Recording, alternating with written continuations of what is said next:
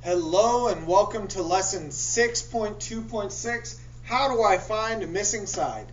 So we have been working this whole second half of chapter 6 with dilations, scale factor, similar shapes that increase or decrease in size. Okay, and in our previous lesson, we were using scale factor to find the missing side. Today, you will be able to use similar sides of a shape and scale factor to find a missing side length. Okay, this strategy utilizes proportions and it utilizes scale factor to figure out and find missing sides.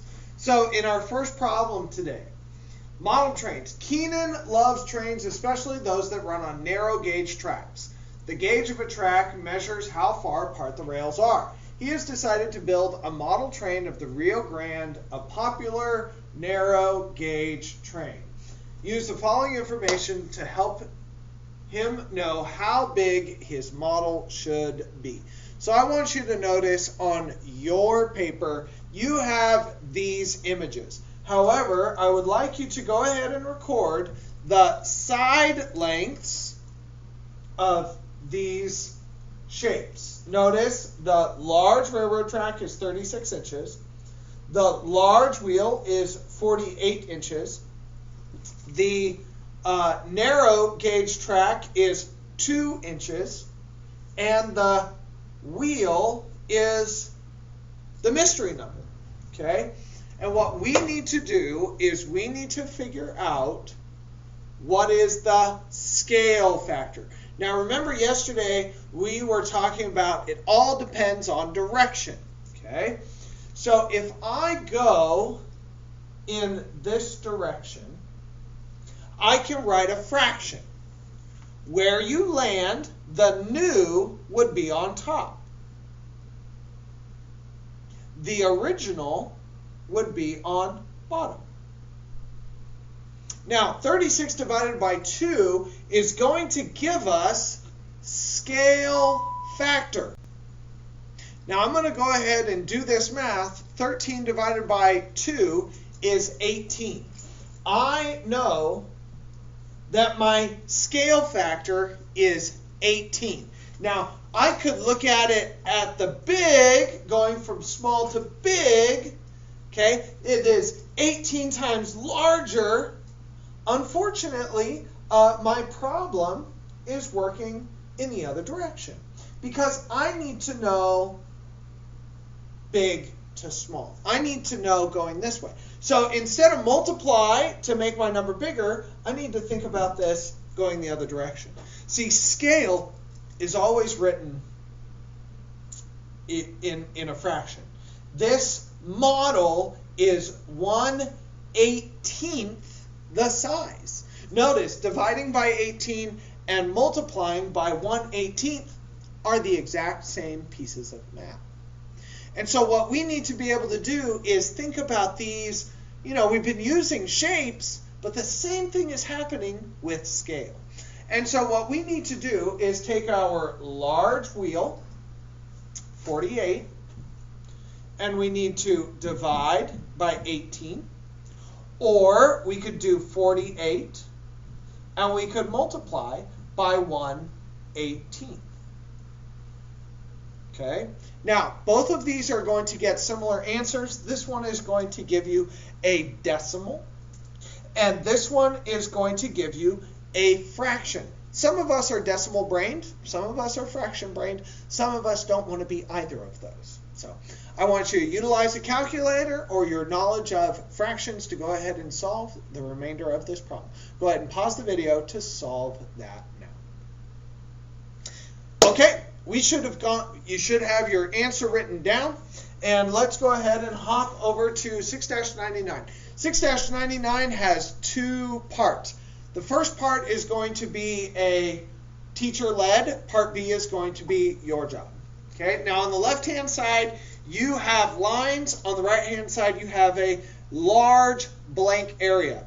Towards the top of that section, I would really like you to draw a small rectangle, and I'd like you to draw a large rectangle. They should be similarly drawn. This is off to the upper right-hand corner of 6-99. You might even label it A.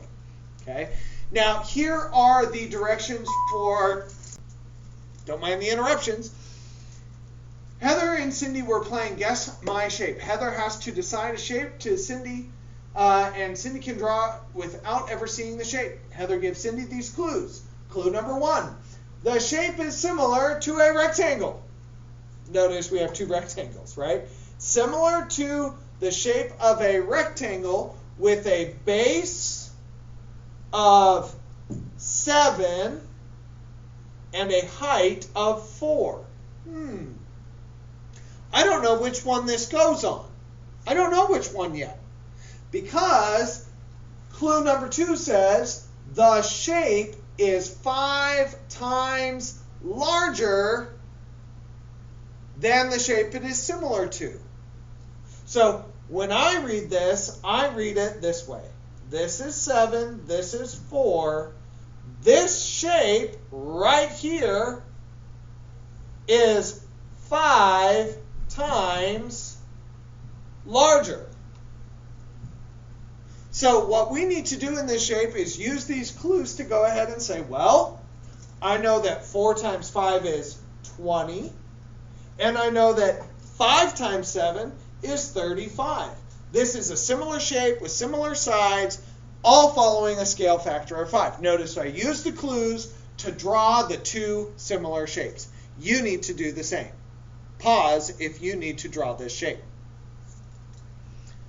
Problem letter B. Here's what you need to do. Okay? You need to draw this triangle. Label it with these sides. Okay? And here's what you need to do. You need to decide 2 clues. Okay?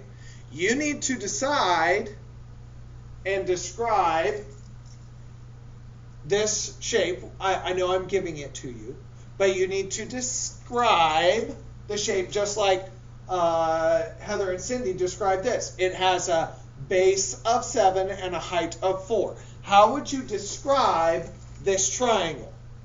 Well, notice it has a base and it has 2 sides. It has a smaller side and it has a medium side.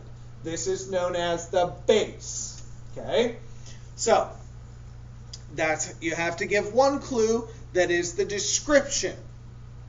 And then you need to decide the scale factor in your clue. Remember, your scale factor is going to say the missing shape is this many times larger or this many times smaller. You have to decide larger or smaller.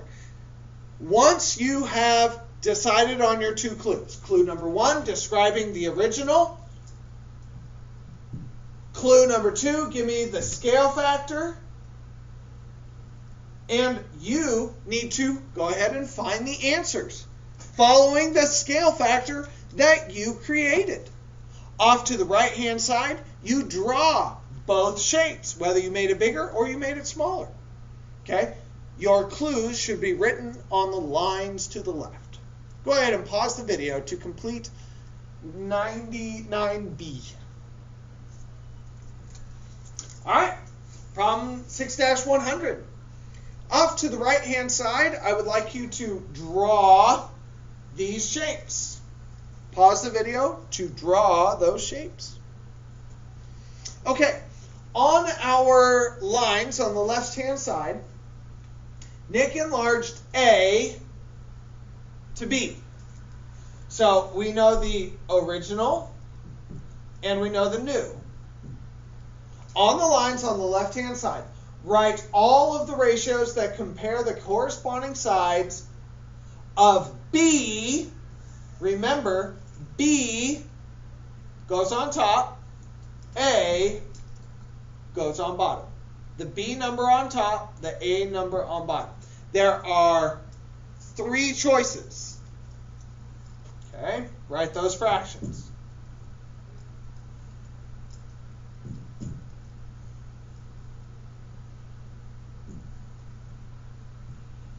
All right, you have three colored fractions. Question, what is the relationship between these ratios? Okay, when you simplify these numbers, you get an improper fraction. Grab a calculator and find a decimal equivalent. Okay, find the decimal equivalent. How do you know what this answer is? I want you to write the scale factor is blank point blank. I know this because I divided. What are you dividing? 10 divided by 4, 5 divided by 2. Both of them are going to be the exact same answer. C, use two different ways to find the value of x in this quadrilateral. Does your solution seem reasonable? Okay? So there are two ways that you can do this, but I want you to find them. I want you to label it first and second.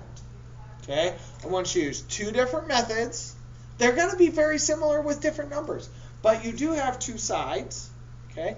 I want you to figure out two different ways. Remember, my job as a teacher is not to teach you one way to do things. I need to teach people 3, 4 different ways to do something.